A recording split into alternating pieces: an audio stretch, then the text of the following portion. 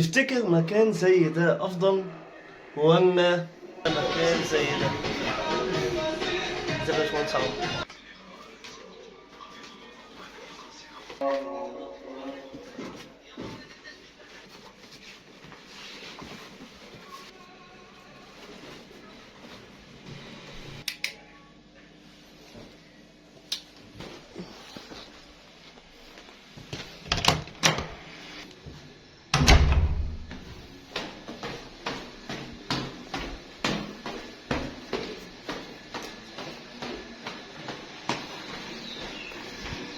يقول لك بقى وقابلني مكنة اعترضت طريقي. هجينا كده جيني كده جينا كده جيني كده. المهم، بنفكر إن إحنا نغير جو. هو الجو فيه شوية هوا، لكن إحنا بنفكر إن إحنا نغير جو. الجو روعة بصراحة، بدل بقى ما نفضل في البيت كده على طول 24 ساعة في 24 ساعة. الواحد بقى يجي أسبوع ما ينزلش، حرفيا أسبوع يعني. فالواحد زهقان صراحة. ف... فقلنا ما ننزل بقى نغير جو كده، نروح إيه، نروح زي مكان زي ورك سبيس كده. بس المرة دي مش هروح أنا لوحدي، يعني المرة دي أنا رايح أنا وواحد صاحبي اسمه عمرو. كده هتشوفوه دلوقتي يعني، كلهم مستنيني. رايحين نشتغل هناك بقى. بما إن إحنا مبرمجين كبار، فهو هيشتغل على جزء خاص بالبرمجة، وأنا برضه نفس النظام. عندي شوية شغل برمجي كده عايز أخلصه. و هبدأ في كذا فكرة كده في اليوتيوب كنت كاتبها. عايز أروح على نوشن بقى، طبعا يعني لسه منزل فيديو على الفيسبوك وشوية عن نوشن. ابتدي أتكلم عن حاجات كتير، في أفكار كتير جت لي فاكتشفتها. هبدأ بقى أروح أنسقها على نوشن، أكتب المحتوى بتاعها، أظبط الدنيا يعني. مش عارف الدنيا زحمة ليه. فبس المهم، لو انت بقى من المنصورة، هو برضه ده مش اعلان مش اعلان للقناة يعني، او مش اعلان للمطعم او للكافيه او للورك سبيس. انا ما بعملش اعلانات، انا مش ريسبونسر للاسف. بكره ان شاء الله نبقى ريسبونسر. آه، رصيف نمرة 5، لو انت من المنصورة الكافيه ده روعة بصراحة يعني. قمة الهدوء.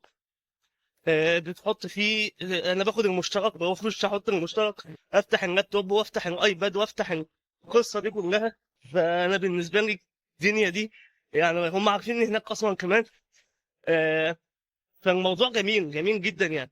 فلو انت لو قاعد شغال في البيت وزهقان وبتاع، بس كان عدى الطريق. فلو انت قاعد شغال في البيت وزهقان وملان وعايز تنزل تشتغل في مكان كويس، ارشح لك المكان ده، انصحك بالمكان ده. مكان جميل جدا الصراحه.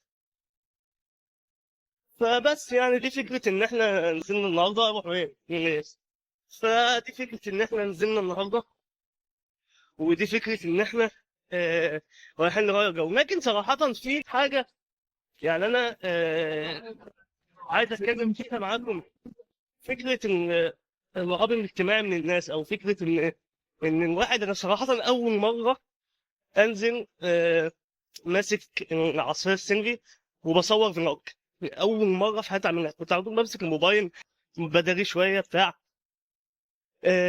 فالفكرة يا جماعة، إنك أنت لما بتيجي تنزل في مكان زي كده، أو الناس هتشوفك أو في بعض الحاجات أو بعض الحاجات إن أنت عايز تنجح فيها وعاوز تحققها وعاوز تحلم إنك أنت توصل لمكانة معينة فيها. هي بتكون متعلقة بالناس. يعني مثلا كمثال، أنا أعرف ناس بتحب الفلوجز جدا، نفسها تعمل فلوج، بس مش عارفه ليه. تقول لك يا عم هنزل وامسك الموبايل والناس بتاع. فانت عطلت حلمك وعطلت هدفك عشان الناس. فدي في حد ذاتها مصيبه. انت واخد بالك؟ فانك انت تعمل حساب. يعني في مثل حلو قوي، او في مقوله حلوه قوي، تقول لك ايه؟ تقول لك انت حر ما لم تضر. تمام. فطالما انت ما بتضرش حد، طالما انت ما بتاذيش حد، اشتغل. اشتغل، ما يمكن في يوم من الايام يبقى ده مصدر رزقك، انه ممكن يخليك في حته تانية. وسيبك بقى من حته برضه مصدر الرزق ده حاجه، وان انا بقول لك ان ده هدف او ان ده حلم اصلا انت بتحلمه، ده حاجه تانية. انت واخد بالك؟ فانت لو فضلت ان انت توقف حياتك على الناس، فانت مش هتعمل حاجه، فانت مش هتعمل حاجه تماما يعني. بس يعني دي كانت نقطه مهمه جدا. فانا قررت ان انا كنت ممكن اخد الموبايل عادي وانزل عادي واصور فلوج وما حدش واخد باله والتليفون في ايدي وبتاع. لكن انا قلت لا، يعني انا مش من النوع ده. انا لما بحب ان انا عاوز اعمل حاجه بشكل معين، طالما هي مش هتضر حد او طالما هي مش هتأذي حد، فواي نوت؟ ليه يعني؟ انزل يا عم صور واشتغل وبتاع واعمل اللي انت عايزه. فبس دي كانت فكره مهمه جدا انا كنت عايز اناقشها معاكم. فالمفروض بقى دلوقتي احنا المفروض ان احنا رايحين نقابل عمرو صاحبنا المهندس عمرو. هو قال لي ان هو يستنانا على أول الشارع. فطبعا انت عارف ان الاصدقاء المصريين يعني الاصدقاء المصريين آه، ميعادنا يبقى 10 يجي واحد. ف بس عمر ان شاء الله يطلع انسان كويس ويجي في ميعاده يعني ان شاء الله. كنت خايف ان انا اظلم عمرو، بس هو طلع فعلا شاب مصري جدا. قال لي ان هو في مكان وهو في مكان تاني اصلا. يعني هو يعني هو اصلا هو ابعد من المكان اللي هو قال لي عليه، فاحنا منتظرينه يعني. فمش نقدر تعمل حاجه، بس هو شاب مصري، شاب مصري جدا. هو الشعب المصري جدا. عموره بعد ما اتاخر عليا ساعتين. حبيبي حبيبي حبيبي. عايش والله اسمعك. عامل ايه يا عموره؟ المنظر ده يا عموره. لا بس ايش كنا نصور. المهم يا عموره، احنا عايزين نستغل نصور فلوج على فكره الصبح يعني. عشان بس تكون عارف ان احنا بنفلوج. حلو المنظر ده، بحب المنظر ده جدا. مش عارف مين انت مخرج مكتوب بتهجل ان الكاميرا وكده. الهضبه وصف نمرة 5 بقى اسم الهضبه. اغنيه الهضبه. اتفضل يا باشمهندس عمرو. انا ذكرت اسمك في الفلوج ده ولا 100 مره. اتفضل بس ما قلتش اسمك. اتفضل يا باشا.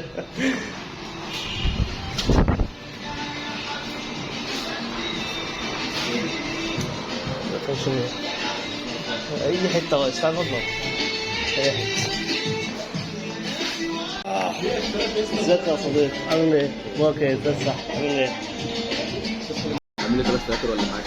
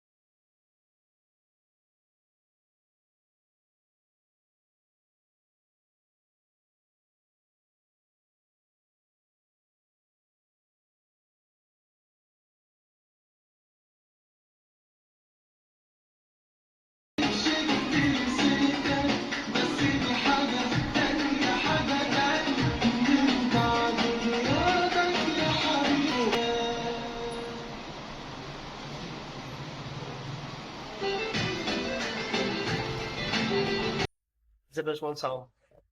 عامل ايه؟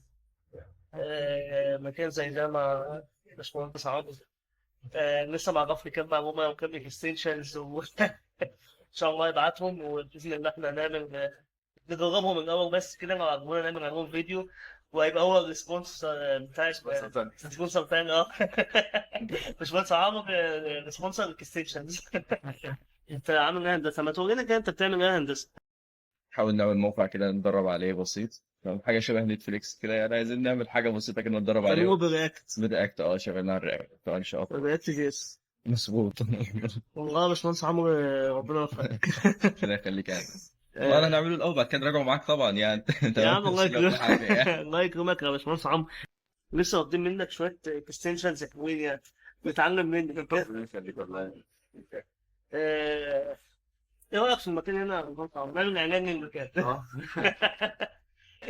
هو اصلا يعني برعايه عمرو دياب الفيلم بتاعه كويس جدا. هضبه. كل حاجه فيه تدل على الهضبه. اه ما شاء الله، لا حلو، اختيارات كويسه والله. فعلا عجبني ما شاء الله. كمان ما قلت لي كذا يعني انا واثق في اختيارك هيعجبني ان شاء الله. ان شاء الله عايز نكمل صوت. يلا يا ريت. هيا.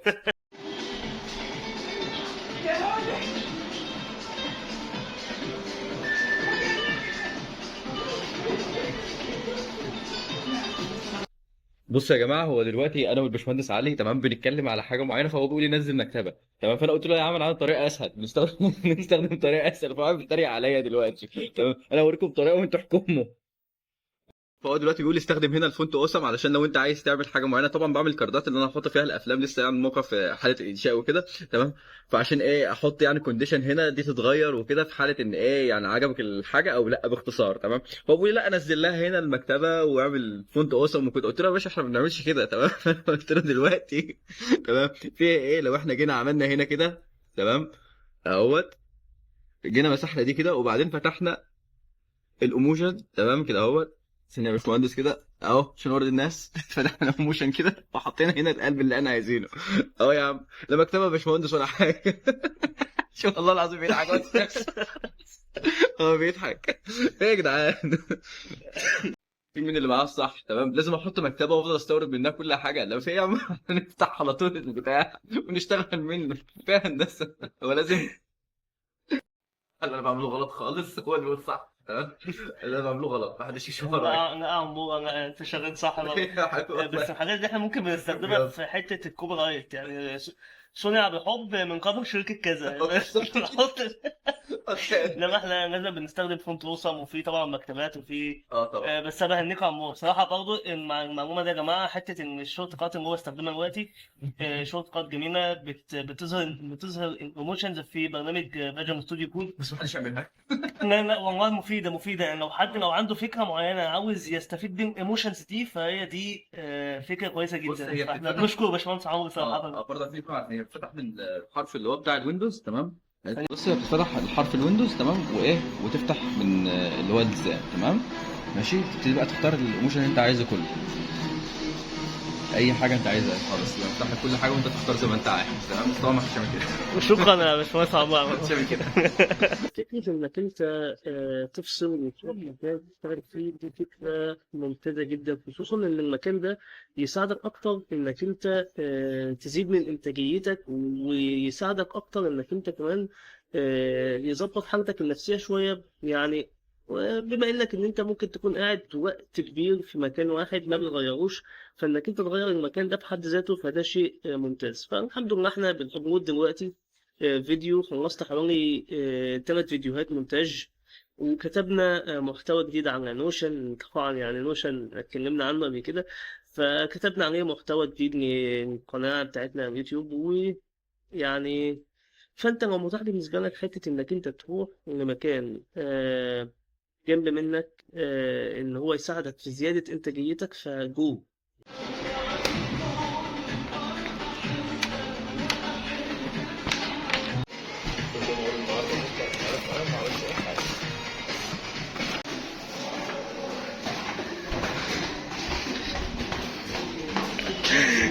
يا عم عيب عليك بقى.